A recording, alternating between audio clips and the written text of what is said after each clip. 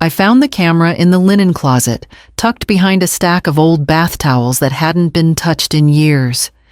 It was heavier than I remembered, still warm from the morning light that slipped through the window. Thomas had taken it everywhere during his last few months, said he was documenting change. I hadn't asked what he meant. I just smiled and made him coffee. I brought it to Norman's shop on a Wednesday. He didn't ask many questions, just squinted through his glasses and gave a slow nod. "I'll take care of it," he said, slipping the film from the back compartment like it was something sacred. A week passed. Then before the sun came up, Norman called me. His voice was low, strained. "Come now," he said, "and come alone." The shop smelled like dust and developer fluid, just like it always had. But Norman didn't smile when I walked in. He locked the door behind me and drew the blinds without a word. Then he handed me a sealed envelope. Thick paper. My name written in his blocky handwriting. "You need to go somewhere safe," he said. I stared at him, trying to read his face. "Norman, what is this?" He didn't answer. He just slid the envelope toward me again. "Don't open it here." I left in silence. Sat in my car for a long minute, engine still off. The envelope lay in my lap, like it might burn through the fabric. When I finally opened it, I found a single print. Matte finish. A little bent at one corner. It showed 3 men in the woods, 2 I knew too well. My husband, standing tense with his arm half raised. My son, Grayson, face tight with anger. And behind them, half obscured by shadow, was Philip, my son-in-law. The timestamp printed on the edge read 7:14 a.m. Thomas died just after 10. I stared at the photo until the edges of my vision blurred, then turned the ignition without even thinking. The photo stayed in my hand, trembling. By the time I got home, something else was waiting in the mailbox. There were 3 business cards stuffed in the mailbox. All realtors. All from the same agency in town. I hadn't called anyone. One had a handwritten note on the back. "Looking forward to the showing, let us know if Saturday still works." I stood there a moment, gripping the card so tight the corners bent. The driveway behind me was quiet. My house, our house, looked the same as it had for 34 years. But something in the air had shifted. I felt like a guest now. Grayson had been calling for days, leaving messages about helping me simplify and making a clean transition. I'd ignored them. But now I was listening. He came by the next morning, uninvited, with a paper cup of coffee and a smile that didn't match his eyes. He walked into the kitchen like it still belonged to him. "Thought I'd drop this off," he said, placing a thick folder on the counter. "Some numbers for you to look at. Just options, Mom. That's all." I didn't open it right away. I waited for him to speak, but he didn't. He just glanced around, taking in the cabinets, the floor, the window over the sink, measuring something. "How long have you had this in the works?" I asked. He looked up, startled for half a second, then recovered. "It's not in the works. Just a conversation. A good one, I think." I opened the folder. Inside were color-coded tabs, recent appraisals, tax projections, property lines, an offer letter unsigned but ready. "Who gave you this?" I asked. He gave a little shrug. "Dad talked about selling last year, remember? I thought maybe we could finally make it happen. It's a lot of land for you to manage." I nodded, but something inside me had gone cold. Not because of the offer, but because the numbers were too detailed, too prepared. Like he knew he wouldn't have to convince me. When he left, I sat at the table a long time, the folder open in front of me. That's when I remembered the shed. The shed sat at the edge of the property, half sunk into the slope behind the tree line. We'd talked about tearing it down for years, but Thomas always said to leave it. It was fine the way it was. I never questioned why. The padlock gave me trouble. Rust had sealed it stiff, and I had to lean my weight into it before it finally snapped open. Dust floated in the air as I pushed the door open. The inside smelled like old soil and oil, like time had stopped the day he last stepped in. Tools still hung from the wall, though most were dulled or broken. An old lawn chair sat folded in the corner, covered in a tarp. I didn't know what I was looking for until I saw the toolbox on the floor. It wasn't Thomas's usual one. Smaller, older, it had our initials scratched into the lid A&T carved by his pocket knife the first summer we moved in. Inside, beneath a few rusted nails and a broken tape measure, was a plastic bag taped shut. Inside that, a single key and a folded slip of paper. I peeled the tape, slowly, hands trembling, even though I wasn't cold. The paper was creased in half, stained at the edge with something brown. Just 2 words written in ink that had bled slightly over time. Deposit box. The key was brushed steel, no tag. Just a small name engraved on the curve of the head, Shelbourne Trust Bank. I'd never heard of it. Not in town, not in the county. I held it in my palm for a long time before I slid it into my coat pocket. Thomas hadn't told me about any of this. Not in his will, not in our last conversations, not even during those quiet, heavy nights when we lay side by side and said nothing at all. Back in the kitchen, I pulled out the folder Grayson had left and laid it next to the key. Then I opened my laptop and searched for the bank. The name Shelbourne Trust didn't show up in any local searches. It was a small regional bank in Clark County, 3 hours west. The kind of place Thomas would have chosen on purpose, far enough to be forgotten, quiet enough to keep secrets. I packed a thermos of coffee and left before dawn. The roads wound through mist and farmland, familiar at first, then slowly unfamiliar, as if I were driving out of my own life and into someone else's. Every few miles, I thought about turning back, but the key in my pocket felt heavier than it should. The bank was small, 2 stories of pale brick, with a bronze plaque by the door. Inside, the air was cool and still. I told the manager my name, showed him the key, and waited while he checked a file. He looked up, once hesitated, then nodded. "This way, Mrs. Quinn." He led me to a private room with a table and a single chair. When he returned, he was carrying a narrow metal box and a clipboard. "Please sign here for access." The box clicked open easily. Inside was a black USB drive, 2 hand-drawn maps folded tight, and a thick envelope sealed with wax. I broke the seal. The first paper was a notarized transfer document, Thomas's signature next to mine, dated 6 months before his death. The deed transferred land rights from a holding company I'd never heard of, Silver Valley Development LLC, directly to me. The name was typed, but the signature line below was left blank. I opened the next page, a single line written in Thomas's handwriting. "They will come for you. Use what's inside."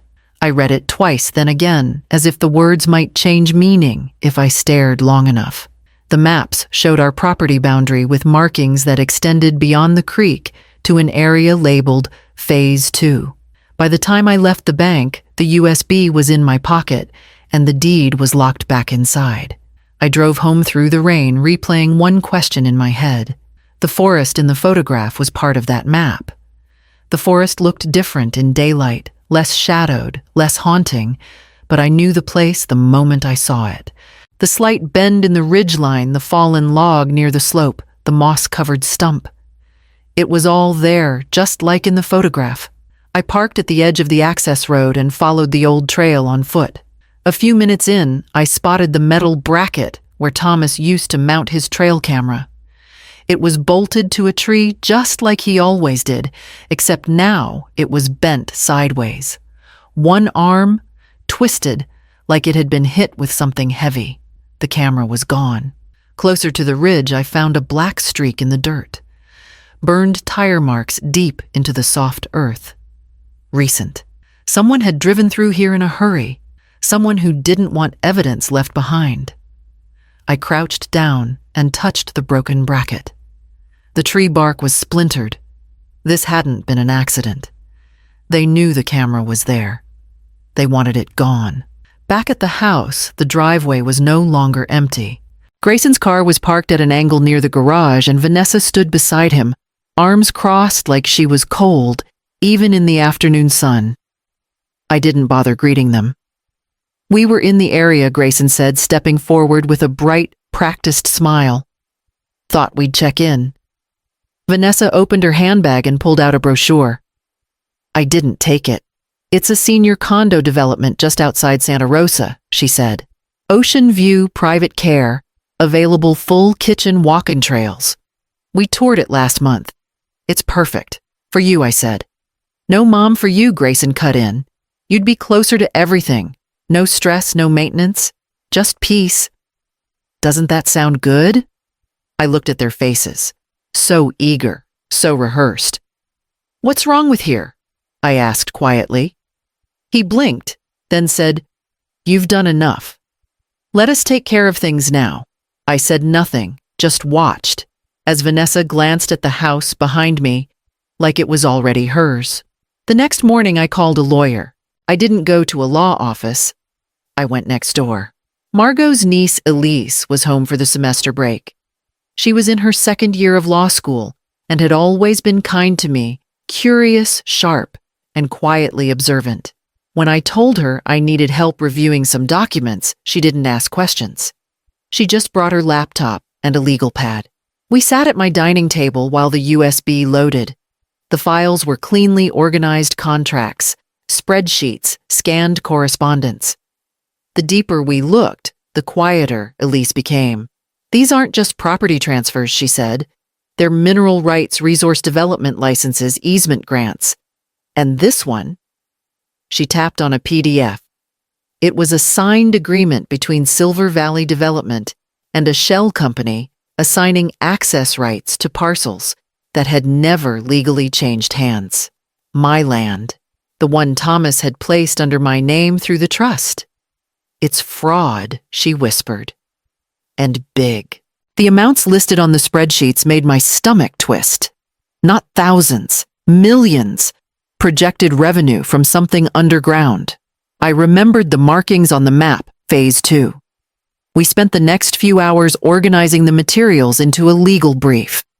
Elise made a call to her supervising professor, who advised us to file a request for an injunction immediately. She did it online under my name using the most discreet route available.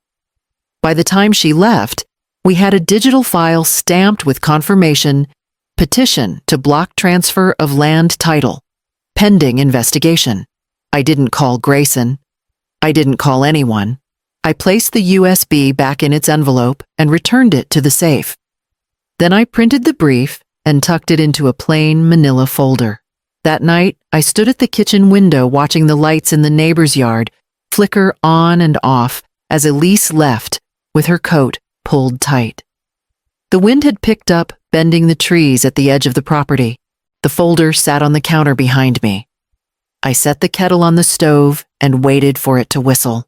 Grayson called that morning and asked if I'd meet him and Vanessa for lunch. Just to talk, he said. No pressure.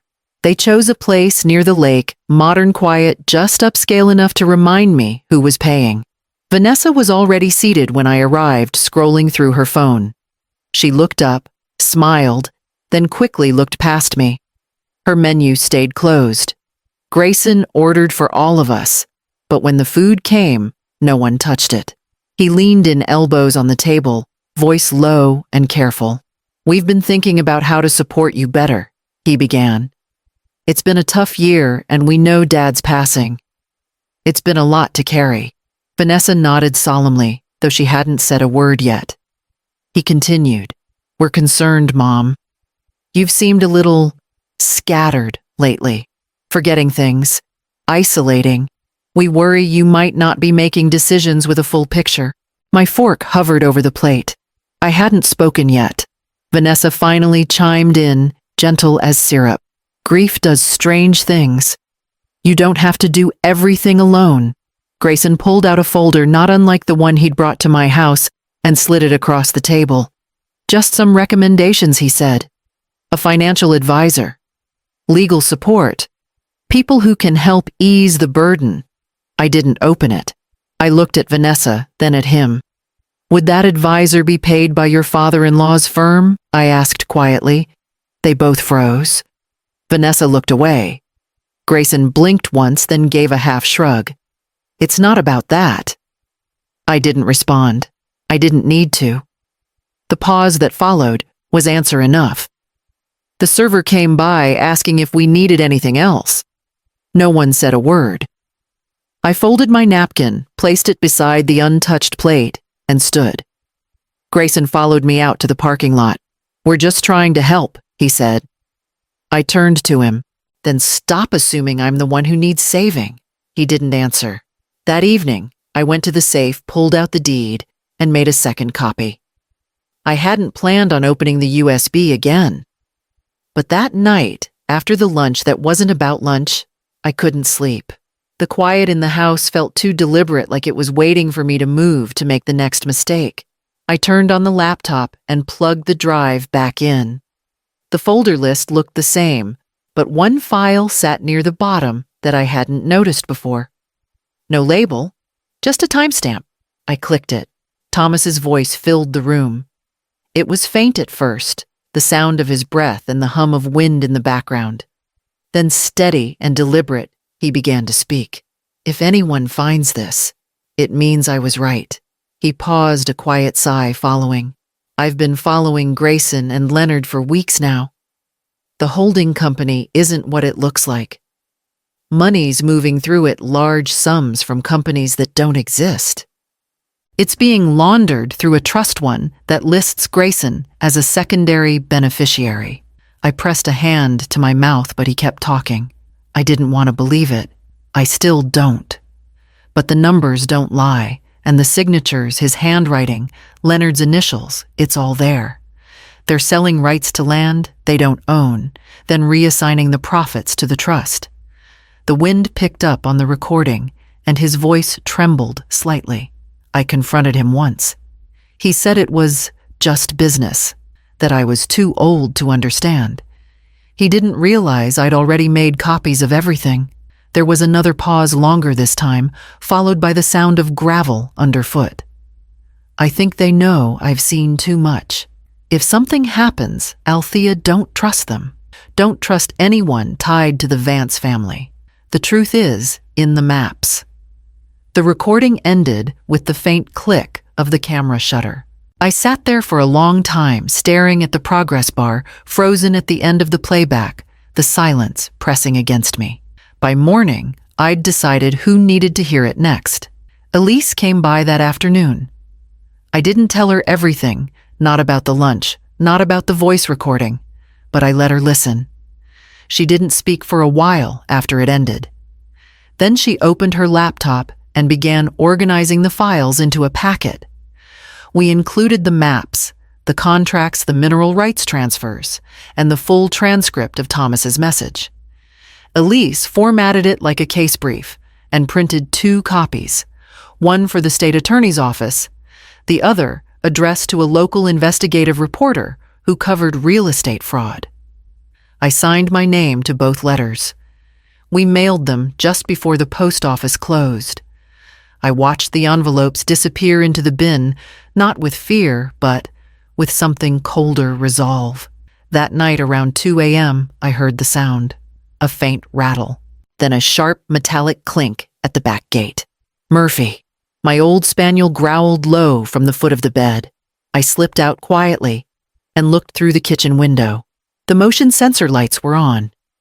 The latch on the gate hung slightly open, swinging with the breeze. I called the police. They arrived 20 minutes later, shined their flashlights through the yard, and asked me the usual questions. No signs of forced entry. No footprints. Just a gate left ajar and a neighbor who might have forgotten to latch it. I didn't argue. I just nodded and thanked them. After they left, I locked every door, closed every curtain, and packed a small suitcase. Not out of panic, but readiness. Clothes for a few days, the deed, a copy of the recording, and the USB. I wasn't leaving. Not yet.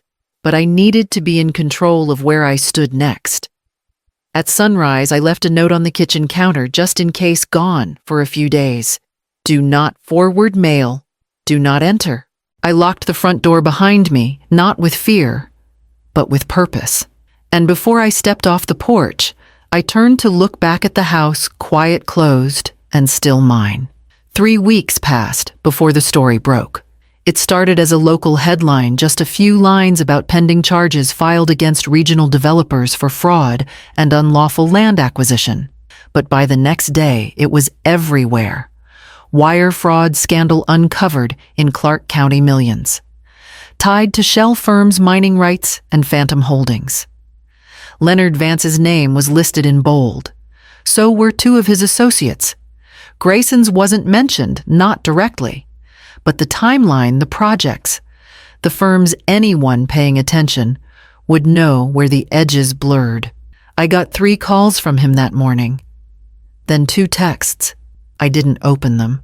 The house was quiet again, the kind of quiet that didn't press against your chest, the kind that let you breathe.